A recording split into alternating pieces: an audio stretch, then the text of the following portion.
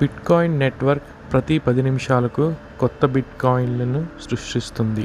దాని ఉనికిలో మొదటి 4 సంవత్సరాలలో ప్రతి 10 నిమిషాలకు విడుదలైన కొత్త బిట్‌కాయిన్ సంఖ్య 50. ఈ సంఖ్య ప్రతి 4 సంవత్సరాలకు సగానికి తగ్గించబడుతుంది. డబ్బును సగానికి విభజించినప్పుడు దానిని సగానికి తగ్గించడం లేదా హాల్వింగ్ అంటారు.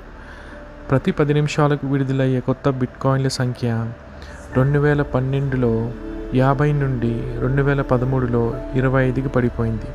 ఇది 2016లో 25 నుంచి 12.5కి మరింత పడిపోయింది. అదనంగా 2016లో 12.5 నుండి 2020లో 6.25కి పడిపోయింది. 2024లో సగానికి తగ్గిన తర్వాత ఇది 6.25 నుండి 3.125కి తగ్గించబడుతుంది. మరిన్ని ఇలాంటి వీడియోస్ కోసం మా ఛానల్ని సబ్స్క్రైబ్ చేసుకోండి. Thank you.